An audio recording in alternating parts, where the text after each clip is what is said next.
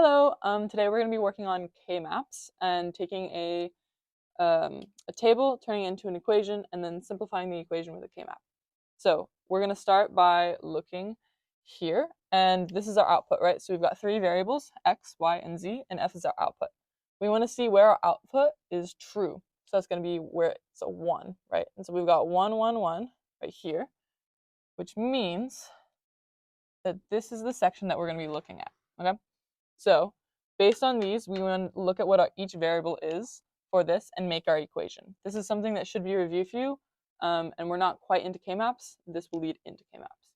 So here we'll look and we'll see that x is true. So we're going to have x, y is not true, so it's going to be y naught, and z is going to be 0, which will be z naught. This is x, y naught, and z, and this is x, y, and z naught, right? So everywhere it's a 0, it's not, and that's notation. X naught equals 0, and x equals 1, right? So that means not. So now that we have our three expressions, our three terms, we have our equation. So we've got, all right, let's just use this pen then. So we've got x, y naught, z naught plus x, y naught, z plus x, y, z naught. Now, you see this equation, and this is what f equals, right? When f is true, that's what it equals. You see this equation, you go, wow, that's a lot of variables, that's a lot of terms. How can we simplify this?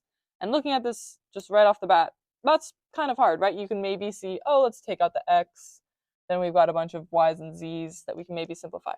And that's true. And so we do that by doing a K-map. Now, a K-map is typically drawn with variables for the x and the y axis. You yourself can pick as to what you prefer. You'll get the right answer either way. Just make sure that once you pick which variables go on which side, you stick to that. So in my example, I'm going to put x here for the y-axis and yz here for the x-axis. And that's grouping them together. So x can be 0 or 1, true or false. And yz, that's two bits, so that's going to be 0, 0, 0, 1. Now, okay, quick side note. When you typically write binary numbers, you go 0, 1, 2, 3, right? That's how we read that. That's the progression. When we do K-maps, we're going to do something really special. We're going to go 0, 0, so 0, 1. Then we're going to skip to 3, and then we're going to jump back to 2. Now, this is done for simplification, and you'll see why in a moment. You have to do this. This is extremely important. This order, right? You need to do 1, 1, 1, 0. That's something you need to memorize and use for your K-maps. Now that we have our K-map set up, we've got x and y and z here. We're going to look at our equation. We're going to go, okay, x here is true, so that's 1. It's also 1, and that's 1. If you want, you can write it out underneath. Y naught, that's a 0. Z naught, that's a 0. Y naught, that's a 0. Z is a 1. Y is a 1. Z naught, that's a 0. If you want, you can write it underneath. That helps. So here we've got x is always a 1.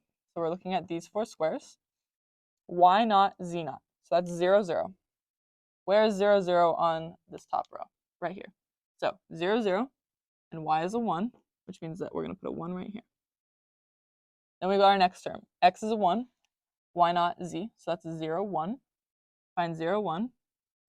X is a 1. We're going to fill out that table. And we're going to continue. X is a 1. Y is a 1. And z is a naught, which is right here. The rest of them, again, the inside of the K-map,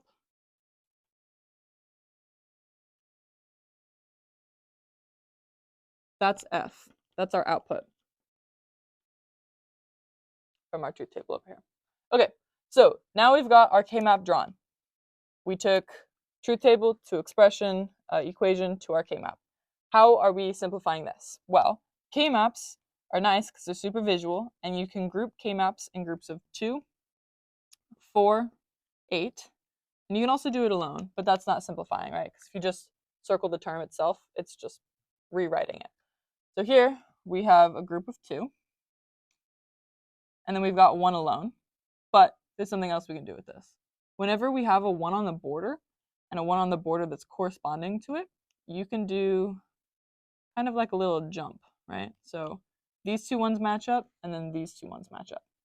So now that we've boxed out our K-map, now we can write these expressions, which is what's going to, in the end, simplify it.